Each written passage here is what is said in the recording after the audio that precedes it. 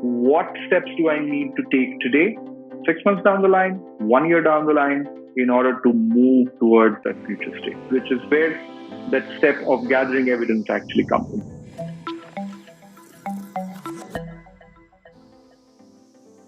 So once again, very warm welcome. So this is where we are at now. We started off with the 8 steps in the decision-making process. So identifying the decision type through the decision matrix, framing the decision. Next, we are going to be talking about gathering the evidence with using the looking forward, reasoning backward approach. So the next segment, we will talk about breaking down product strategy choice. And product strategy involves a lot of key decision making, right? At all points in time, I think that's one area where I've seen a lot of people really trying to figure out, okay, how do I even go about it? But at the core of it, right, when you're thinking about product strategy, you're thinking longer term. And that's what makes it a lot more complex. Product strategy is not building out a roadmap, right? So let's take an example here. So this is the population pyramid of India. This is about 3 years ago. And these are the top Gen Z apps. TikTok, Snapchat, Discord. Okay? These are the 2 data points which are in front of you. What can you glean from these data points? What does this mean for the future of e-commerce? So this is basically what we were looking at 3 years ago at Flipkart, right? And the way to kind of think about it is we're spotting some of the trends here. Okay, we're trying to gather evidence to try and go deeper on what these even mean.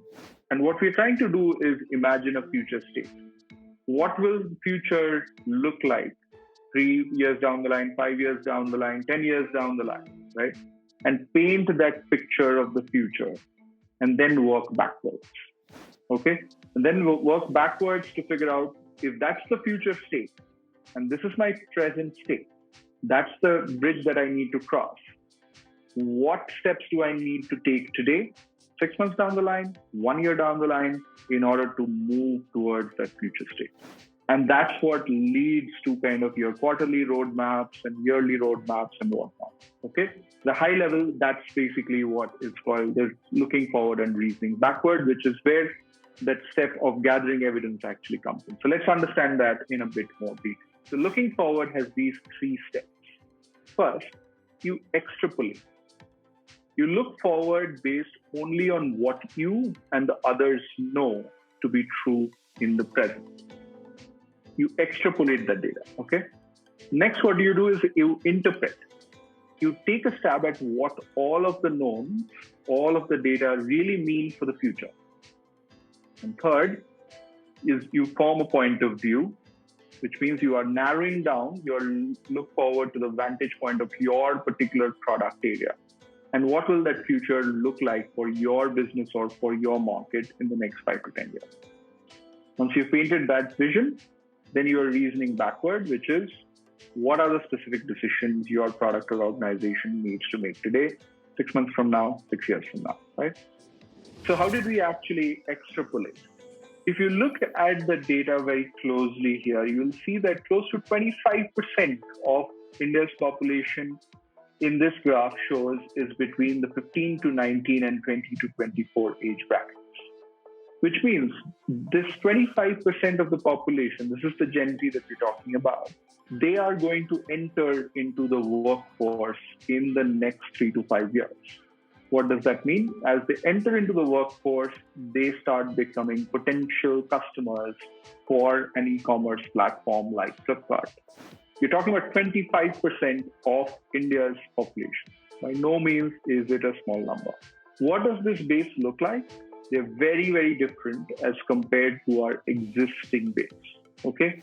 Their digital behaviors are very, very different because they're digital natives. They've been born and brought up in a very personalized world of a Facebook and all of that, in a very visual world of an Instagram, etc., and in a world where the community starts to play a very big role, video, audio, etc., all of those things start to play a very big role, which means they start expecting those things from pretty much every product that they're going to be using. And unless and until we meet those needs, your product in the plain vanilla state that it might be in today is going to fall behind and will be disrupted by a new agent, right? Which is what you are seeing perhaps in today's world as well. If you look at the big push around D2C brands today, right? So many D2C brands have come up. At the very core of it, if you ask all of these founders, they'll tell you that it's a lot driven by this new millennial and Gen Z trend who are breaking away from that loyalty concept. They are not going to be loyal to a specific brand. They are very, very comfortable trying out very different things, right?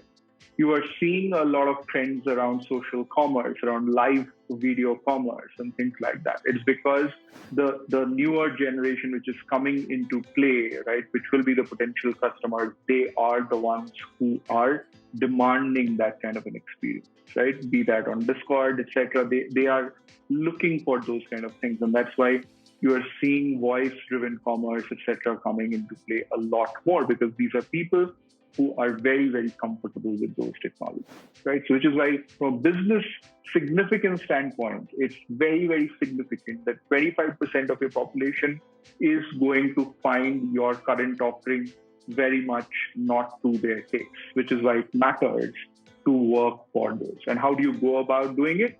Then that's where we start kind of interpreting and forming a point of view.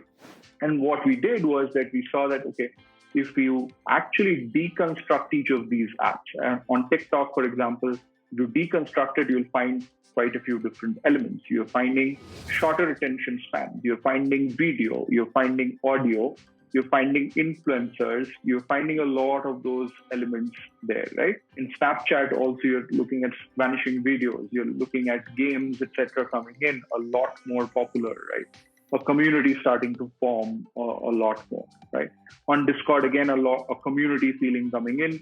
You're seeing an audio-based kind of behavior a lot more. Now, with these deconstructed things, you are realizing that this is a base which is very much demanding these particular things. Their digital behaviors are shaped by these particular attributes. Yeah. So if you look at it, that's what we started doing. One, we partnered with Google to be an early access developer for Google Lens. Google Lens was just coming up at that point in time, and we started a track around augmented reality-driven shopping powered by the camera. Okay. Next, we actually started building out content-led commerce initiatives like Flipkart Ideas. Next, we started a track around conversational commerce, right? That's where kind of the chatbots, etc., started coming in. So these are some of the things that we did. And as you can imagine, this particular step requires a lot of evidence gathering. You are going deep, understanding trends. You are going deep, figuring out what is causing it, doing a lot of user research, and kind of looking at it from multiple perspectives as well. So that's what kind of looking forward and reasoning backward is all about. Thank you so much. And with that, we, I think, come to a close of today's session as well. And we want to kind of see how you found today's session. And similarly, I would love to see all of you guys applying these techniques in your workplace and feed us back, right? And share those stories. It's really heartening to hear you guys applying these techniques and seeing the impact that comes through that. For any strategic choice that you're going to make, there are always these 4 key different lenses that you need to keep in mind.